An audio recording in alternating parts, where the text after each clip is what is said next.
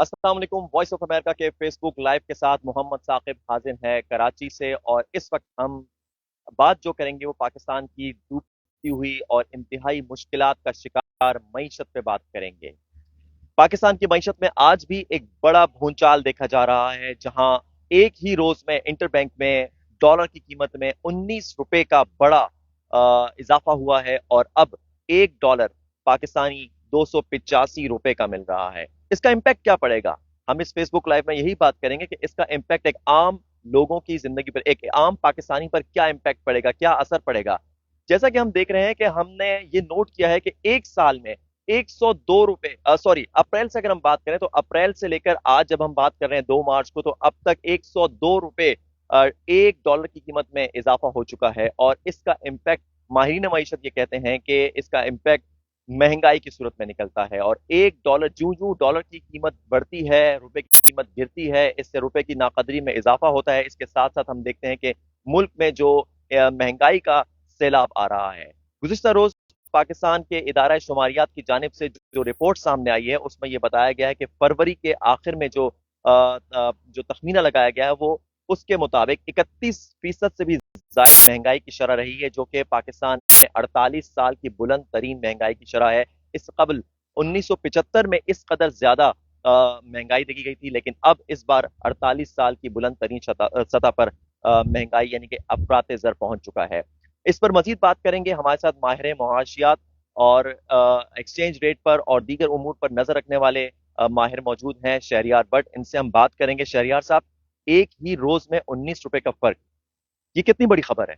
जी, यकीनन ये एक आज का जो दिन है पाकिस्तानी तारीख का बदतरीन दिन है जो आज हमने देखा है। ऑलरेडी जब काइबोर हिस्टोरिकल हाई के ऊपर है, फिर इसके साथ साथ इन्फ्लेशन 31% के ऊपर है और आईएमएफ के साथ जो हमारे मुज़ाकरात में ताखीर हो रही है, तो उसके बाद ये सरप्राइज नहीं था कि यूएस डॉलर यहाँ से बढ़ेगा। लेकिन इतना बढ़ जाएगा ये किसी ने नहीं सोचा था। और जो आज इंटर बैंक में हुआ है पाक रुपीज के साथ, इज रियली अनब्रेकेबल, आप कह सकते हैं। अच्छा, ये जो क्या वजह है? बुनियादी तौर पे आपने कहा कि आईएमएफ से हमारी बातचीत मुकम्मल नहीं हो पा रही है। हम काफी अरसे से बताया जा रहा है। 8 फरवरी को गालिबन उनका जो आईएमएफ का वक्त यहाँ से पाकिस्तान से जब गया था, तो वजीर खजाना ने कहा था कि एक हफ्ते में ये मुआहदा यानी कि SLA यानी कि जो एग्रीमेंट है वो साइन होने जा रहा है। क्या वजह है, अभी तक साइन क्यों नहीं हो पा रहा है? और इसका आज के रुपए की जो बेकदरी में 19 रुपए के इजाफे का क्या ताल्लुक है? जी, इसकी जो सबसे बड़ी वजह नजर आ रही है वो हुकूमत की तरफ से हिचकिचाहट नजर आ रही है। हुकूमत पाकिस्तान गैर मकबूल फैसले नहीं लेना चाहती, जैसे कि आपको पता है कि इलेक्शन ईयर्स है और हुकूमत ने जो मुजरिमाना, मैं कहूंगा कि जो कोताही की है, जो डिले किया है इसके अंदर, इसका खमियाजा हमारी मीशत को बहुत ज्यादा उठाना पड़ा। जो यूएस डॉलर है हमने पिछले 3 महीने हमने रोका रखा, 25 226 रुपए ऊपर मार्केट पे नहीं आने दिया। फिर हमें इन्फ्लोज नहीं आए बाहर से। हुकूमत शायद ये समझती थी कि हम डॉलर एक जगह रोक के रखेंगे और इस दौरान हम हमारी फ्रेंडली कंडी से हम कहीं से डॉलर अरेंज करने में कामयाब हो जाएंगे, इनफ्लोज आ जाएंगे, तो उसके बाद स्लाइटली चीजें नीचे आएंगी। और इसाक डार साहब जिस तरह से कहा करते थे कि मैं यूएस डॉलर को 200 रुपए से नीचे लेकर के आऊंगा, लेकिन डायनेमिक्स बिल्कुल डिफरेंट है। ये 2016 या 2012 का पाकिस्तान नहीं है, ये 2023 का वर्ल्ड है। इस वक्त पूरी दुनिया एक इकोनॉमिक क्राइसिस से, आप समझ रहे हैं, गुजर ये रिसेशन है पूरी दुनिया में। और यूएस यूक्रेन वॉर के बाद आईएमएफ के तेवर भी बिल्कुल डिफरेंट हो चुके हैं और वो पाकिस्तान को कुछ प्यार एक्शन कहने के लिए कर रहे थे, लेकिन हुकूमत पाकिस्तान जो आईएमएफ की कंडीशन है उसके ऊपर काफी ज्यादा इन्होंने डिले किया, जिसका खमियाजा मुकद्दर है। खासतौर पे आप देखेंगे अगर आपने बिजली और गैस की कीमतों में से सब्सिडी का खात्मा करना था तो आप ये बहुत पहले कर सकते थे। अगर ये नवंबर में इकदाम उठा लिए जाते तो आज ये प्रॉब्लम नहीं होती। इसी तरह अगर जिस तरह से प्राइवेटाइजेशन के लिए आगे आते और फिर डॉलर को मार्केट बेस्ड रेट के ऊपर रखते, तो ये सिचुएशन आज देखने में नहीं आती जो आज देखने में आई। अब क्योंकि हम डिले बहुत ज्यादा हो रहे हैं तो आईएमएफ की हर कंडीशन नहीं आ रही है और हर गुजरते दिन के साथ जो हमारे इकोनॉमिक इंडिकेटर हैं वो डे बाय डे खराब होते जा रहे हैं। अगर हम इसको इस नजर से देखें कि गवर्नमेंट रेजिस्ट कर रही है, आईएमएफ की डिमांड्स पूरी नहीं कर रही है, और एक तरह से जो सब्सिडीज हैं, खासतौर पर जो गरीब तबका है, वो तो बहुत ज्यादा मुतासिर होगा। तो आप नहीं समझते कि गवर्नमेंट का ये स्टेप जो है काबिले जिक्र है, काबिले तारीफ है? नहीं, यकीनी तौर पे अगर आप गरीबों का सोचें तो गवर्नमेंट ऑफ पाकिस्तान को कुछ उनके लिए एक पॉलिसीज मुरतब करनी चाहिए थी। आईएमएफ भी ये चाहता है। आईएमएफ ये नहीं कह रहा कि आप गरीबों को सब्सिडी मिले। आईएमएफ तो ये कहता है आप किसी तरह अपने रेवेन्यू इंक्रीज करें। आप रेवेन्यू इंक्रीज करने के लिए हुकूमत पाकिस्तान के पास कोई एवेन्यू नहीं है। अनफॉर्चुनेटली एक ताजिरों के ऊपर टैक्स फाइल किया गया था, उनको विड्रॉ कर दिया गया। फिर इसके साथ साथ हमने देखा था पिछले दिनों एक बात उठी थी कि जो मोटरसाइकिल चलाने वाले या गरीब तबके लोग हैं उनको एक कार्ड इशू किए जाएंगे जिसके ऊपर पेट्रोल पंप पे स्विप करके आप सब्सिडी रेट के ऊपर पेट्रोलियम ले सकते हैं। अनफॉर्चुनेटली कोई उसमें प्रोग्रेस नहीं हुई है। इस तरह की कोई चीजें आनी चाहिए। हुकूमत पाकिस्तान ये समझती है अगर बेनजीर इनकम सपोर्ट फंड में कुछ पैसे डाल देंगे या बिजली के रेट अगर 300 यूनिट से कम वाले लोग हैं उनको कुछ अगर दे देंगे तो उनका काम हो गया, ऐसा नहीं है। आपको ओवरऑल एक सब्सिडी की पॉलिसीज बनानी पड़ेंगी, चीजें बेहतर करनी पड़ेंगी और ग्रास रूट लेवल के ऊपर देखना पड़ेगा जिसमें हुकूमत पाकिस्तान बहुत फेल रही है। खासतौर पर एडमिनिस्ट्रेटिव लेवल के ऊपर हुकूमत की परफॉर्मेंस अफसोस काफी अफसोसनाक है। अच्छा, दोबारा इसी पर आते हैं कि एक्सचेंज रेट में जो आज 19 रुपए का इजाफा हुआ है, अब मुस्तकबिल में इसके असरात क्या नजर आएंगे आपको? देखिए काफी भयानक असरात इसके नजर आ रहे हैं क्योंकि इन्फ्लेशन आप देखें 41% के ऊपर है और ऑलरेडी हम 50 साल की ओवरऑल इन्फ्लेशन के ऊपर हैं। फिर आईएमएफ का प्रोग्राम डिले हो रहा है। आपके इल्म है कि हम इंपोर्ट बेस्ड कंट्री हैं, हमारी पूरी जो इन्फ्लेशन है कॉस्ट पुश इन्फ्लेशन है, इस तक हम देख रहे हैं। बाहर से हम ऑयल इंपोर्ट कर रहे हैं, जहाज से लेके माचिस तक हम सॉरी सुई की बीज तक हम ये पाकिस्तान में ही बनाते हैं। तो सारी चीजें बाहर से इंपोर्ट होंगी। लोकली भी एलसीज नहीं खुल पा रही है क्योंकि हमारे पास डॉलर नहीं है, शिपमेंट रुकी हुई है, दालें बाहर रुकी रही। अब रमजान आने वाले दिन में ऑलरेडी रमजान में 10 से 12% आप कह सकते हैं कि चीजें महंगी हो जाती हैं, तो ऑलरेडी इसका इम्पैक्ट पड़ेगा। फिर इसके साथ साथ फीड चिकन की वो रुकी हुई थी जिनकी वजह से वो प्रॉब्लम क्रिएट हुई है। फिर सबसे बढ़कर जो पेट्रोलियम प्राइसेस हिस्टोरिकल हाई पे हैं और ऑल दो के इंटरनेशनली हम देख रहे हैं WTI 74 के पास ही रुका हुआ है। ये हमारी खुशकिस्मती है। मैं आपके नाज़रीन को बताना चाहूंगा कि अगर WTI पिछले 3 महीनों से ब्रांड 74 और 80 के दरमियान ट्रेड करे, अगर यहाँ से दोबारा बढ़ना शुरू हो गया, अगर 110 112 पे आ गया तो आप सोच सकते हैं कि प्राइसेस तो पेट्रोलियम प्राइसेस 500 रुपए तक भी जा सकते हैं पाकिस्तान के अंदर। तो ये सारी सिचुएशन इंतहाई भयानक नजर आ रही है आने वाली।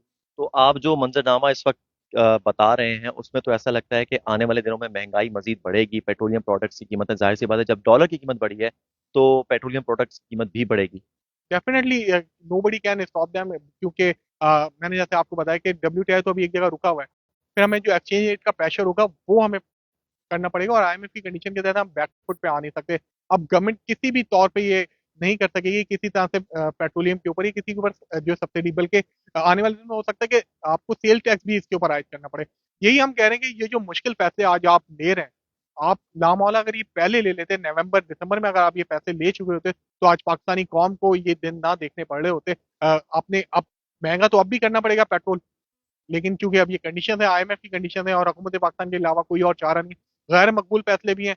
हुकूमत की अपनी साख भी मुतासर हो रही है और मीशत भी मुतासर हो रही अच्छा शहरियार साहब, आपकी मौजूदगी का फायदा उठाते हुए हम ये भी पूछना चाहेंगे कि Pakistan state bank of Pakistan आज शरह सूद में, आज मॉनेटरी पॉलिसी की कमेटी का इजलास जारी है और उसके कुछ ही देर के बाद अब से जब हम बात कर रहे हैं तो तवक्को ये की जा रही है कि मुल्क में शरह सूद का भी तयन किया जा रहा है। इस वक्त ऑलरेडी शरह सूद 17% है। अगर इसको बढ़ाया जाता है, पहले तो आप ये बताएं कि बढ़ाने के इम्कानात हैं या इसको मेंटेन किया जाएगा, और अगर बढ़ाया जाता है तो इसके क्या इम्पैक्ट आए? है। देखिए ये बात तो रिटर्न ऑन द वॉल है कि स्टेट बैंक ने आज इंटरेस्ट रेट बढ़ाने, जब भी मॉनेटरी पॉलिसी हमने जल्दी बुला ली है, वरना ये मिड ऑफ मार्च में कॉल करनी थी। दूसरी तरफ आईएमएफ की ये मेन कंडीशन है कि आपने अपना इंटरेस्ट रेट बढ़ाना है। अब तायुन हुकूमत पाकिस्तान ने ये करना है कि 200 बेसिस पॉइंट बढ़ाना है या फिर 400 बेसिस पॉइंट बढ़ाना है जैसा कि आईएमएफ कह रहा है। तो इसी के ऊपर बहस हो रही है। मेरे ख्याल में इजलास भी जब इतना तवील हो गया है ये। तो और ऐसे में कारोबारी तबका क्या क्या करे? कारोबारी तबका तो ऑलरेडी बहुत ज्यादा परेशान है, ठीक है। और ऑलरेडी सारी आप देख रहे हैं कि जिस तरह से हमारी जो टेक्सटाइल है उसमें 25% के करीब ले ऑफ हो चुके हैं। एक्सपोर्ट हमारी 30% से ज्यादा डिक्लाइन है। जो लार्ज स्केल मैन्युफैक्चरिंग डेटा के नंबर्स आए थे आपके सामने ही है, 30 to 40% उनमें डिक्लाइन नजर आ रहा है। तो अभी ये स्टार्ट हुई है चीजें, अगले 2 क्वार्टर बहुत ज्यादा डिफिकल्ट लग रहे हैं और आप देखेंगे बहुत ज्यादा तेजी से ले ऑफ होंगे। आप ऑटो सेक्टर की आप मिसाल ले लें, एक मशहूर गाड़ी है बहुत छोटी थी पाकिस्तान में जो बहुत ही गरीबों की गाड़ी समझी जाती थी, वो सिर्फ 45 units last month sell out है। तो जितने बड़े यूनिट्स हैं उन्होंने अपनी शिफ्टिंग कर दी है या फिर उसको अगर क्या नाम है शिफ्टों के ऊपर कर दिया है या फिर रिड्यूस कर रहे हैं और एम्प्लॉयज के ले ऑफ हो रहे हैं। बेरोजगारी में इजाफा होगा, इन्फ्लेशन में इजाफा होगा, बहुत खतरनाक मंजर कशी है। चलें, ये तो हमने मंजरनामा खींच लिया। अब आखिर में हमें ये भी सजेस्ट कर दें कि गवर्नमेंट ऑफ पाकिस्तान को क्या ऐसे स्टेप्स लेने चाहिए जिससे गरीब आदमी को महंगाई के जो चुंगल है उससे निकाला जा सके, हमारी मईशत भी स्टेबल हो सके और आईएमएफ से हमें कर्जा भी मिल सके। देखिए पहला स्टेप हमें ये उठाना है, हमें कुछ भी करके आईएमएफ के प्रोग्राम में जाना है। जो भी हमें कंडीशन है, चाहे उसकी कोई भी शराइत हो। इसकी कोई भी केस तो आपको मरता क्या ना करता, आपको ये चीज अब करनी ही पड़ेगी आईएमएफ के पास जाने की। ये बात हुकूमत पाकिस्तान को पहले ही पता थी। अब जितना जल्द जल्द हो सके हमें वो करें और मुश्किल फैसले लें। और हुकूमत पाकिस्तान को चाहिए कौम को सच बताए। कौम को झूठ नहीं बताएंगे आने वाले दिनों में महंगाई नहीं होगी या महंगाई का रिवर्स गेट लग जाएगा, ऐसा कुछ होने नहीं जा रहा। और फिर दूसरी तरफ हमें बचत की तरफ लोगों को राग़िब करना है। हमें लोड शेडिंग आपको ये बात ताज्जुब लगेगा, लेकिन हमें लोड शेडिंग भी मुल्क में बढ़ानी पड़ेगी, क्योंकि हम महंगे ऑयल से बिजली पैदा कर रहे हैं यहाँ पर, और बिजली के कारखाने हम उस पे चला नहीं सकते। लेकिन इक्वली लोड शेडिंग होनी चाहिए। ये वज़ीर-ए-आज़म हाउस में भी होनी चाहिए, बिलावल हाउस में भी होनी चाहिए, बनी गाला में तरफ आए। फिर एक एडमिनिस्ट्रेटिव फेलियर हुकूमत का ये नज़र आ रहा है कि हमें डे लाइट सेविंग की तरफ जाना चाहिए, जिसके लिए हुकूमत ने फैसला किया था कि कारोबार रात 10 बजे तक बंद होंगे, लेकिन ताजिर उस पे भी एग्री नहीं है। कहीं ऐसा ना हो कि हमें बिल्कुल ही कारोबार बंद कर सकते हैं। गवर्नमेंट चाहे तो बहुत सारी पॉलिसीज़ ऐसी बना सकती है, बचत 88 मेंबर्स की पार्लियामेंट है, सॉरी मेंबर्स हैं, आपको उनको रिड्यूस करना चाहिए। कैबिनेट की बात कर रहा हूँ मैं, 88 मेंबर्स आपने रखे हुए हैं, तो कौम को मैसेज नहीं जाएगा। आपको एक पॉजिटिव मैसेज देना है आवाम को कि जो टॉप से जो है हम बचत शुरू करें। इस तरह से बचत नहीं होती है, आपने अपने कुछ जो अलाउंसेस हैं उनको कम कर दिया। आपको ओवरऑल एक बचत का एक कल्चर बनाना पड़ेगा, इसके साथ-साथ आवाम को भी अपने ऊपर ज़िम्मेदारी लेनी पड़ेगी। एक लोकल एक बिहेवियर है, आपको अगर कोई भी चीज़ लेनी है तो आप अपनी गाड़ी निकालते हैं, आप अपनी बाइक निकालते हैं, उसके ऊपर आप जाके लेकर आते हैं। आपको चीज़ें चेंज करनी पड़ेंगी, बचत की तरफ आनी पड़ेगी, और इसके अलावा हम समझते हैं कि काफ़ी ज़्यादा अपनी जो लाइफ़स्टाइल है, इस फॉर्म को चेंज करना पड़ेगा। बहुत शुक्रिया। शहरयार भट्ट साहब बता रहे थे कि हमें इस वक्त जो पाकिस्तान को दरपेश मुआशी मुश्किलात हैं उसको कैसे निकला जाएगा और क्या तरीकाकार इख्तियार किया जाएगा। जिब्रान सरफराज साहब हमारे साथ मौजूद हैं। हम इनसे एक ही सवाल पूछेंगे और वो ये है कि देखिए बिल्कुल ठीक है, लोग दुनिया भर में इस वक्त मुआशी सूरत हाल काफी गंभीर है। सारी दुनिया में इन्फ्लेशन है। हमारे पड़ोसी मुल्क इंडिया में भी इन्फ्लेशन होगा, लेकिन उनकी करेंसी क्यों इतनी ज्यादा स्टेबल है और हमारी करेंसी इतनी ज्यादा क्यों फ्लक्चुएशन का शिकार है, बल्कि गिरावट का शिकार?